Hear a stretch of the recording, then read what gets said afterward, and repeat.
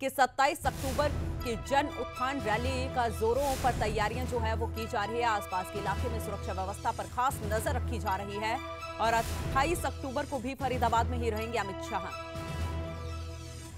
तो 27 अक्टूबर को अमित शाह बड़ी रैली फरीदाबाद में कर रहे हैं और 2 दिवसीय उनका कार्यक्रम है। 28 को भी फरीदाबाद में ही रहेंगे, बड़ी बैठक करेंगे। प्रदेश को लेकर रणनीति बनाई जाएगी।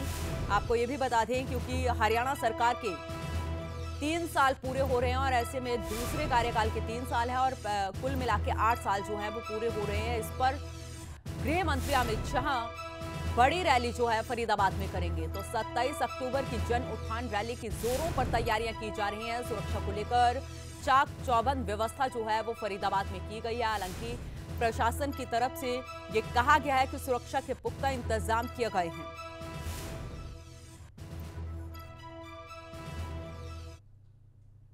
गृह मंत्री अमित शाह 2 दिन के फरीदाबाद दौरे पर आने वाले हैं और 2 दिन फरीदाबाद के लिए बेहद अहम रहने वाले हैं। हमारे साथ इस समय उनके दौरे पर बात करने के लिए केंद्रीय मंत्री कृष्णपाल गुर्जर मौजूद हैं। उनसे जानते हैं क्या कार्यक्रम रहने वाला है अमित शाह का, चूंकि बहुत दिनों से तैयारी में लगे हुए हैं कृष्णपाल गुर्जर और इस रैली के और इस कार्यक्रम के संयोजक भी हैं। उनसे जानते हैं। गुर्जर साहब बताएं किस तरह का कार्यक्रम रहने वाला है। देखिए 27 तारीख को सुबह 10 बजे देश के यशस्वी गृह मंत्री माननीय अमित शाह जी फरीदाबाद लोकसभा क्षेत्र की एक विशाल रैली को संबोधित करेंगे। रैली का नाम है जन उत्थान रैली।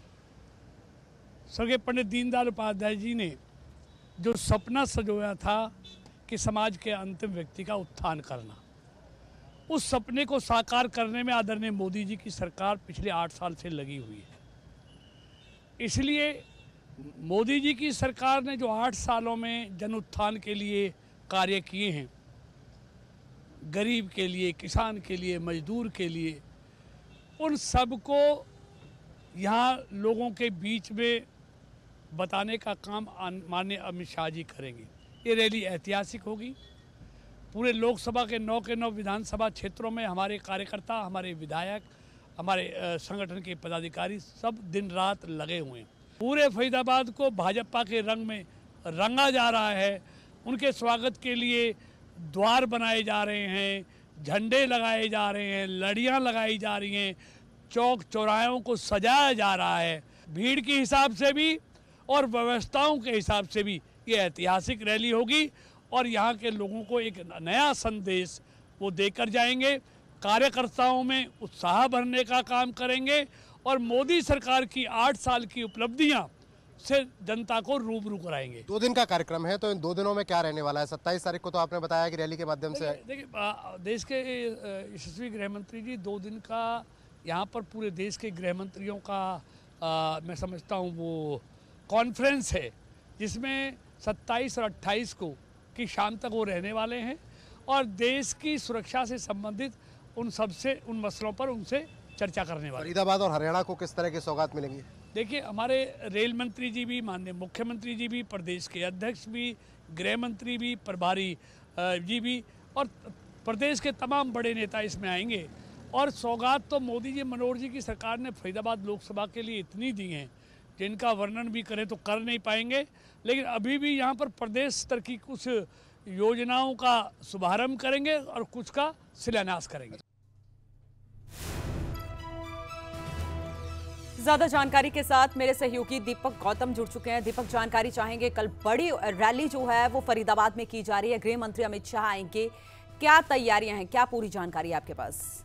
जी अनु, बिल्कुल फरीदाबाद में 2 दिवसीय अमित शाह का दौरा होने वाला है और इसको लेकर पूरी भारतीय जनता पार्टी तैयार है। फरीदाबाद में सेक्टर 12 में रैली की तैयारी की गई है और जो कॉन्फ्रेंस होनी है देश की आंतरिक सुरक्षा को लेकर देश के सभी गृह मंत्रियों के साथ, वो फरीदाबाद के सूरज कुंड में होटल राजहंस है यहाँ पर की गई है। तो 2 अलग अलग प्रोग्राम है। पहले में रैली होनी है और उसके बाद आंतरिक सुरक्षा को लेकर देश के गृह मंत्रियों की बैठक होनी है।